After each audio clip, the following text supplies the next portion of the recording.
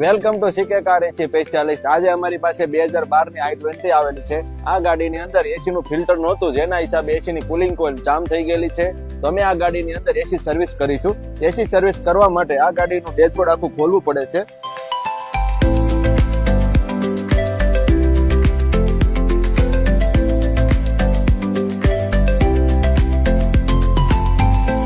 જો તમારી ગાડીની અંદર એસી ને લગતા કાંઈ પણ પ્રોબ્લેમ હોય તો અમારું એડ્રેસ નીચે આપેલું છે, સંપર્ક કરી લેજો।